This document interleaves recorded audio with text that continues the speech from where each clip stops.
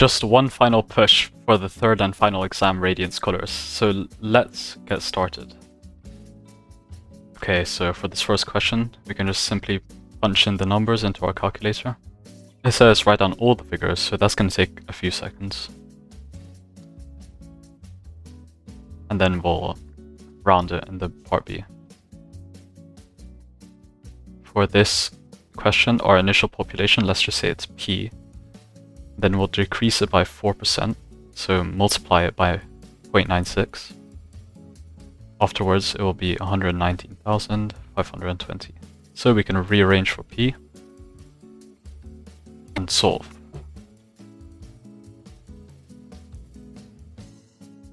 Haven't seen one of these questions in a while. So the plan is the object from the top, and then the front would be the view from the front. And we want the side elevation, so it would be like looking at the object from the right. I'm going to draw this line here to distinguish this part.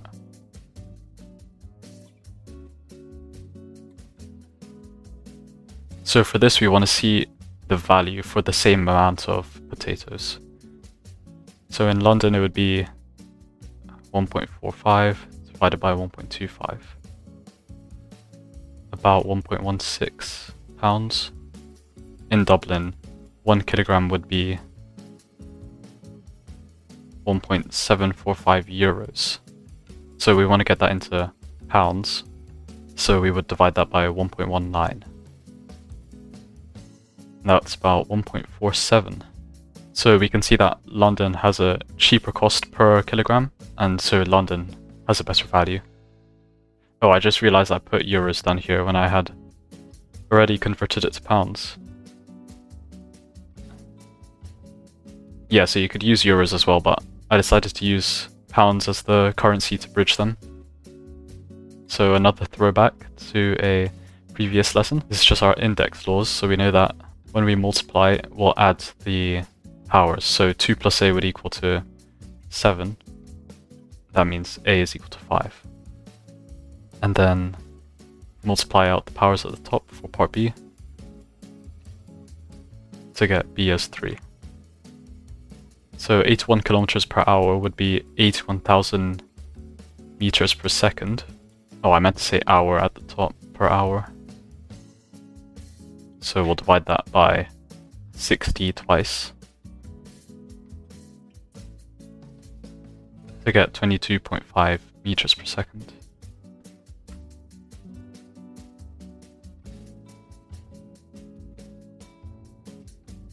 So for this question, we can work out the area of the rectangle and then subtract the area of the semicircle to get the total area. The area of the rectangle is 1.5.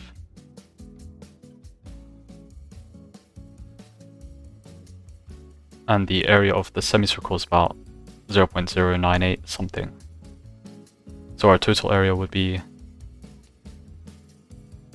something like 1.4018. Now we know we need 250 milliliters for 4 meters squared of wood, so we can divide that by 4 to get that we need 62.5 milliliters per meter squared. Now we can just multiply 62.5 by our area. So we need about 87.6 milliliters for 1 coat. And the question wants 2 coats, so we'll just multiply that by 2.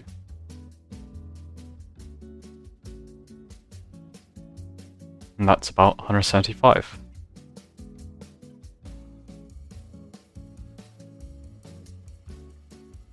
So we want to find the angle BCD down here on the bottom right. And we know that corresponding angles add up to 180. So here and here.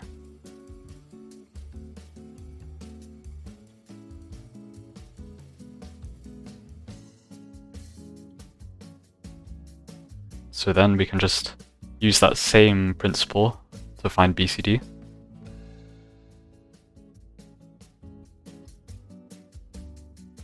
And with some simple rearranging, we'll get that BCD is 103.4 degrees.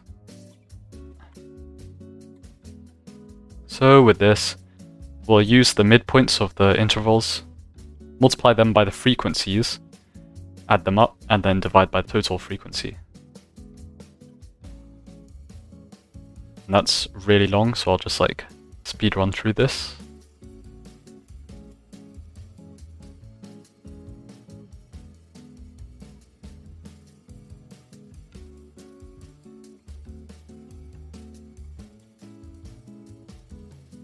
So multiplying the total by the frequencies, we get about 160.7.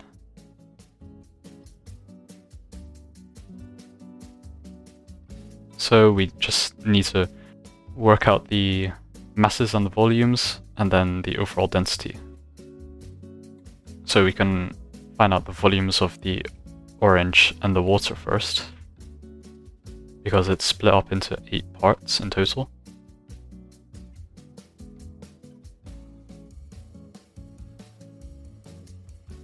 And then mass equals density times volume.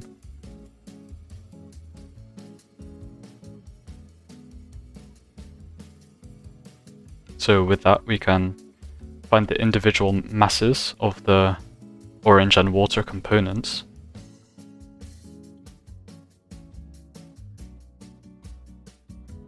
And then add the masses up for the total mass.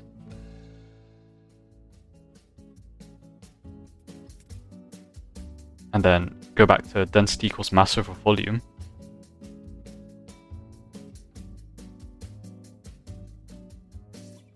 For 1.035 grams per centimeters cubed.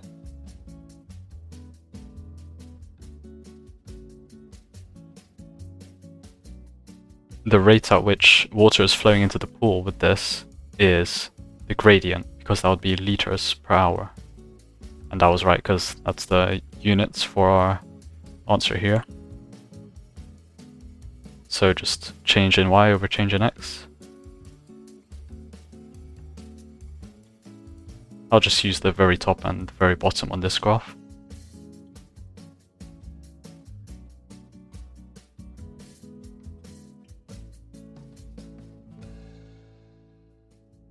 Okay, so for our simultaneous equations here, we want to get it so that both of them have the same number coefficient on one of the variables.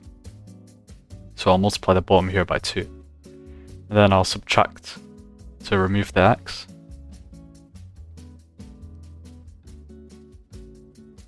And then I can just sub y back in to one of the equations for x.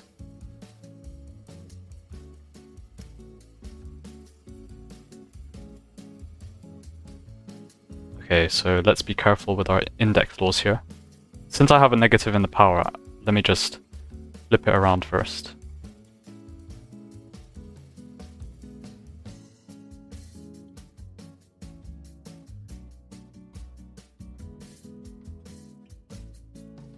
The square root of 9y to the 10 is 3y to the 5, because multiplying 3y to the 5 by itself gives you 9y to the 10, because 5 plus 5 is 10.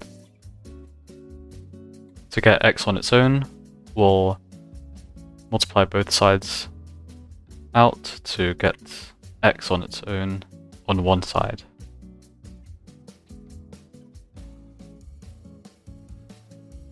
And then factor out x, and then we can just simply rearrange.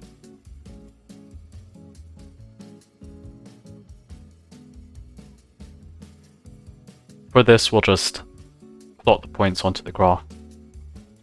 Pretty boring, but just note that we'll be using the upper bounds here for the x-axis. So the first one would be 157, and then the second 160, 17, and so on.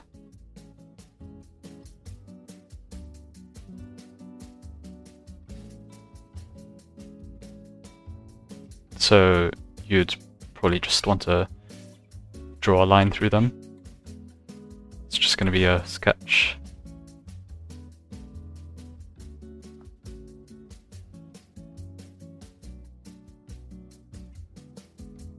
And then the median is the middle value.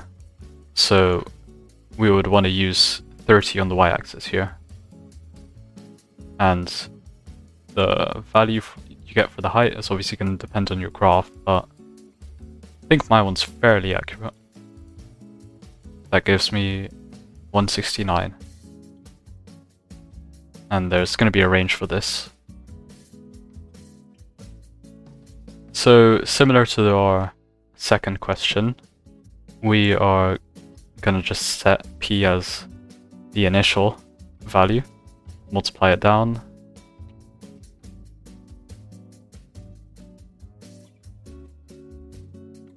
and then rearrange for p.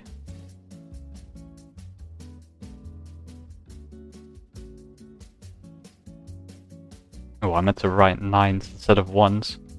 That would not be good for the value. And from that I get 24,000. Similar to the question on the other paper, we're finding the expression for the nth term of the sequence. So we'll look at the differences. -3, -7, -11, and -15. And then we'll look at the second difference, which is -4, -4, -4.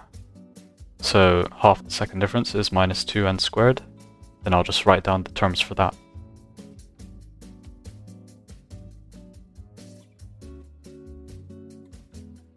And then we'll look at the difference to the original sequence.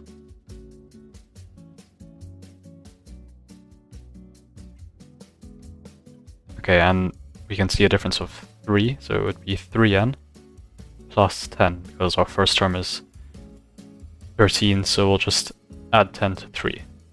And then from our sequence here, we are going up to this, because -2 is less than 11, obviously. So we'll just add this sequence down here.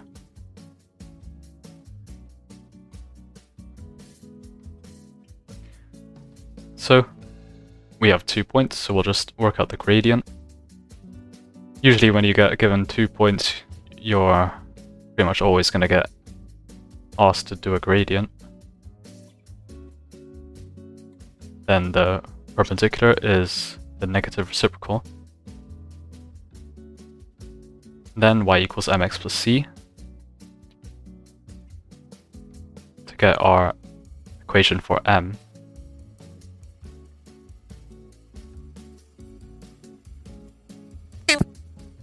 actually, I could have just said c was 3 because the line is just intersecting the y-axis up 0, 3.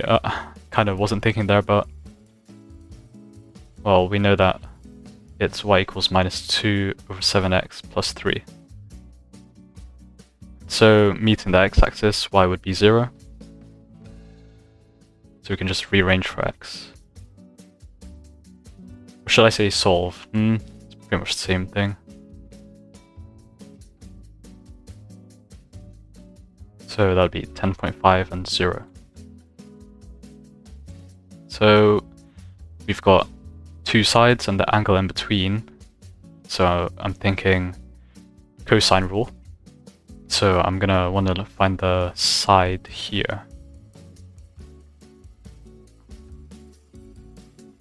Now, how do I do that? I've got 2 angles here and then 1 side in this triangle on the right. So I'm thinking sine rule. So to do that, we're going to need the angle on the right here. So 180 minus those angles for 61 degrees. So we can use sine rule. Y over sine 61 equals 8.9 over sine 56. Then solve for x. I mean, no, solve for y. I'm gonna do x right after this.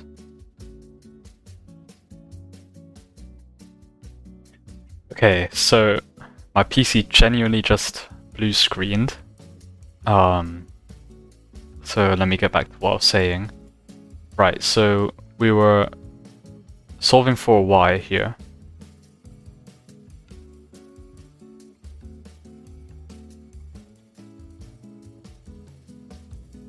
Did like the PC not like me switching to to degrees or something? Like, what is this?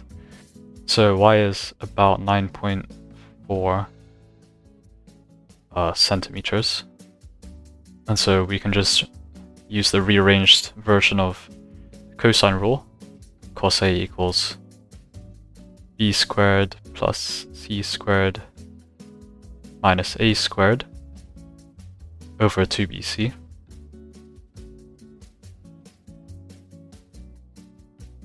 And then just inverse cos that to get 44.662 something something something, and to one decimal place that is 46.7.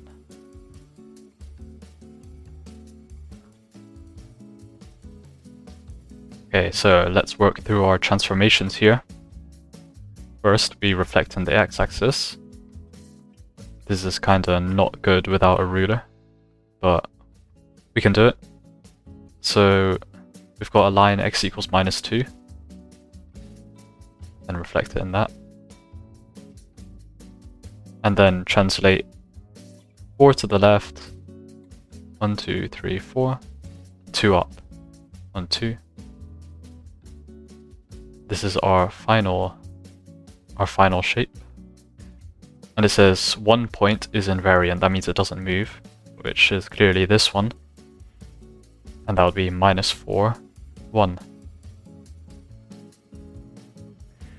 Prove algebraically that the sum of the squares of any two odd positive integers is always even. That's a single sentence, this one. Any two odd positive integers. Well, what's an odd number? That would look like 2n plus 1, 2n plus 3, so on. So we'll just square them and sum them.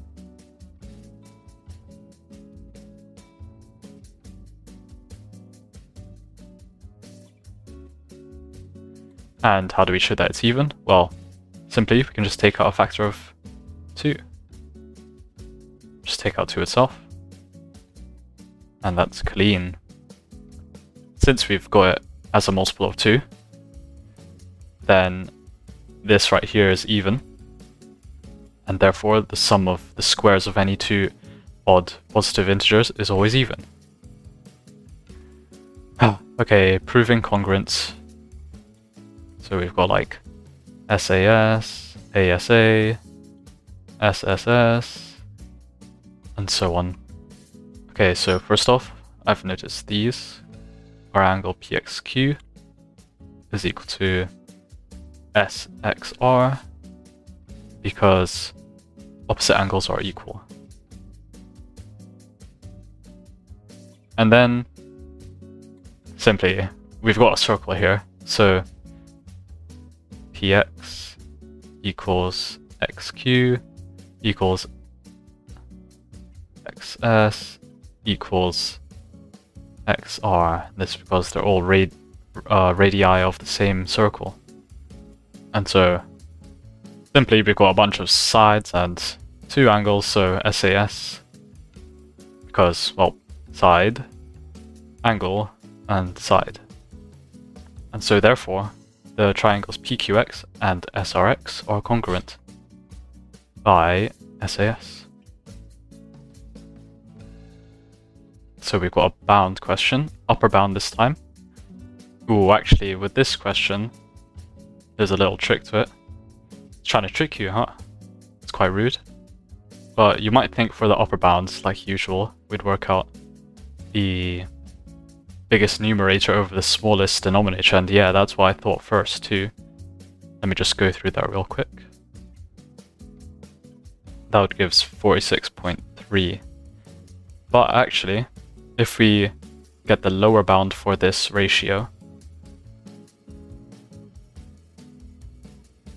we'd get a higher value. Why is that? Oh, that's kind of interesting. Well, let's just look at the graph of cos x, shall we? So cos x starts up here, down there.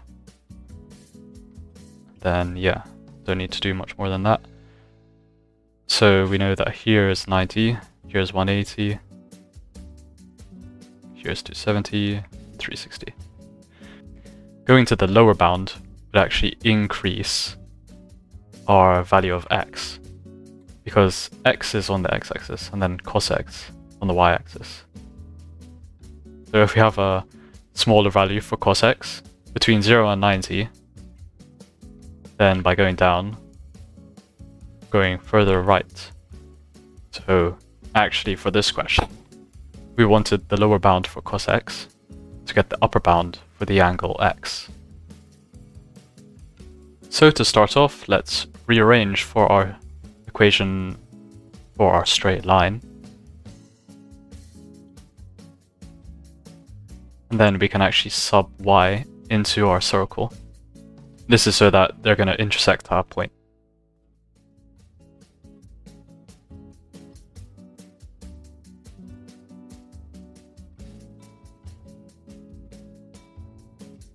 So those are some pretty big numbers. Pretty scary, huh?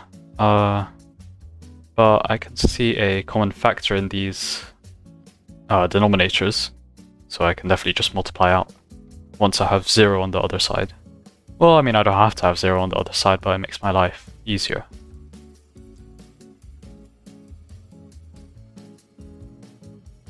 So, as I said, just multiply through by 36. I could do a little simplifying, or I could just plop that right into my calculator to solve it.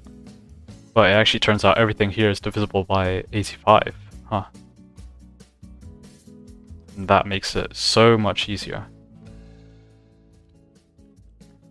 So I can kind of see here that it wants us to complete the square. And then, wow, that was quite clean. Got x as -7 only because it's a tangent, and that means that the line is only going to intersect the circle at one point. That point being x equals -7, and then y being, let's sub that back in, -6, nice. -7, -6. We can basically just say that our only intersection is at -7, -6. Therefore then, our line is a tangent. Okay, finally for our last practice question. Great if you're still watching. Maybe you could hit that subscribe button, maybe join the Discord while you're at it. Cool, we've got a lot of students here to go through. Let's make a huge Venn diagram. Huge Venn diagram. Well, that's not that big, but it will store what we need. You've got maths here, physics there, chemistry down here. So, we're going to work our way through what we actually know. So, 3 study all 3. That's the only possible thing in the middle. Then 5 study maths and chemistry, but not physics. That would be 5 there. 6 study physics and chemistry in total, so 6 minus 3 is 3. 9 do not study any, so we can just do that. All 12 students who study physics study at least one other subject, which means that there's nothing in here, and then the remaining 6 must be studying maths too, as well as physics. Since we've got 28 who study maths, we can just subtract 5, 3, and 6 to get 14 who do maths only. And then, that looks good. We can just infer from our numbers here that the only thing left would be the chemistry students. The rest of the numbers here would add up to 40, and we've got 50 in total, so down here would be 10. 50 minus 40. Let's just box that in. That is the sketchiest Venn diagram ever, but it works, for sure. 2 of the students are chosen at random. What's the probability that they only study chemistry? That would be the 10 down here. So, 10 over 50. And then actually 9 over 49, because, well, we can't reuse the same student. That would equal to 90 over 2,450. You could simplify that for sure, but probabilities don't need to be simplified. And neither does your practice, because we are done. We are done. You guys have been working hard, and the exam season is almost coming to a close, so one final push, guys. You've got this.